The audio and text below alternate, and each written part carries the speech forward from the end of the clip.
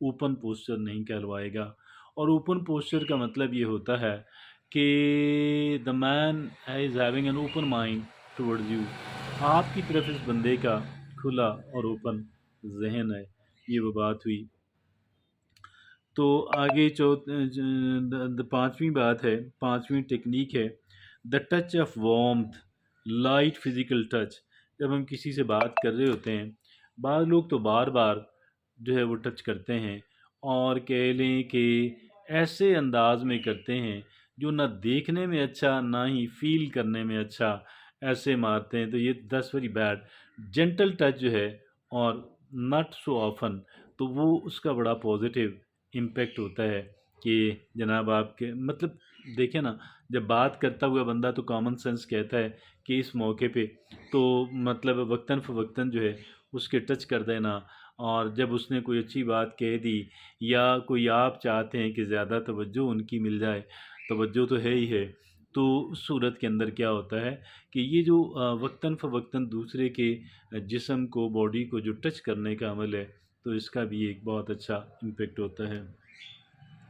اور لیکن میں نے عرض کیا کہ یہ اچھا فیل ہو، دیکھنے میں بھی اچھا ہو۔ اور چھٹی جو ٹیکنیک ہے the influence of a firm hand shake, جب ایک انسان ہاتھ ملاتا ہے، ہاتھ ملانے کا بڑا امپیکٹ ہوتا ہے۔ آپ کس انداز کے اندر ہاتھ ملاتے ہیں؟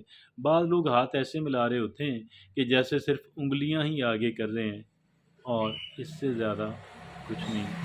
تو یہ جو انگلیاں محض بڑھانا ہے آگے، that's not good at all۔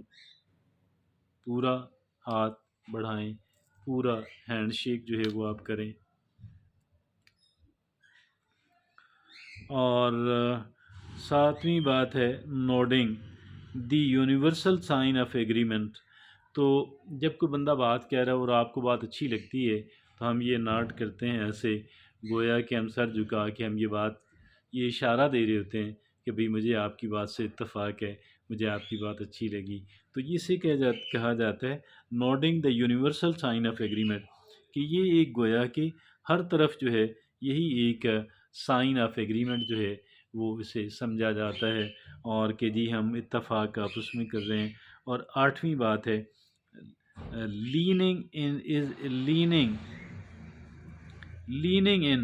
A sign of interest, جب آپ تھوڑا سا جھک کے زیادہ متوجہ ہو کے جب ہم بات سنتے ہیں، اور اس کا مطلب یہ ہوتا ہے کہ ہم اسے بڑی عزت دے رہے ہوتے ہیں اور ہماری زیادہ انٹرسٹ ہے، ہم زیادہ دلچسپی سے اس کی بات سن رہے ہیں۔ 9 نمبر پہ جو ہماری ٹیکنیک ہے being mindful of personal space. دیکھیں بعض لوگ بہت قریب ہو کے چلے جاتے ہیں، بہت قریب ہو کے چلے جاتے ہیں، یہ بات درست نہیں ہوتی۔ تھوڑا سا فاصلہ، مناسب سا فاصلہ ضرور رکھیں جب آپ ان کے ساتھ کھڑے ہیں یا جب آپ ان کے قریب بیٹھے ہوئے ہیں۔ اور یہ ہوا۔ آگے ہے کہ 10ویں بات ہے یوزنگ جسچرز وائزلی، یہ جو ہاتھ کا ہلانا ہے اور سر کا ہلانا جو ہے، یہ اس کو ذرا سمجھداری سے اور سینسیبلٹی سے استعمال کرنا ہوتا ہے۔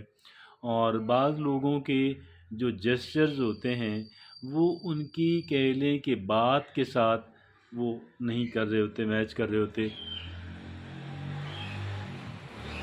ایکسکیوز می، اور ذرا وائلڈ سے لگتے ہیں، وہ نہ ہوں بلکہ جو بات آپ کہہ رہے ہیں اس سے میچ کرتے ہوں۔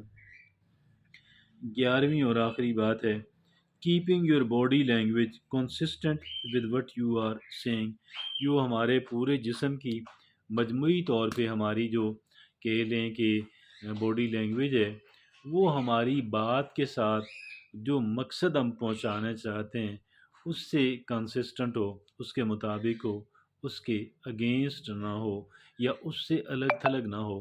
تو یہ وہ باتیں ہیں جو میرے اور آپ کے لیے جاننا اور سمجھنا مفید ہیں، ہمارے کام آئیں گی، کام آ سکتی ہیں، ہم ان سے فائدہ اٹھا سکتے ہیں۔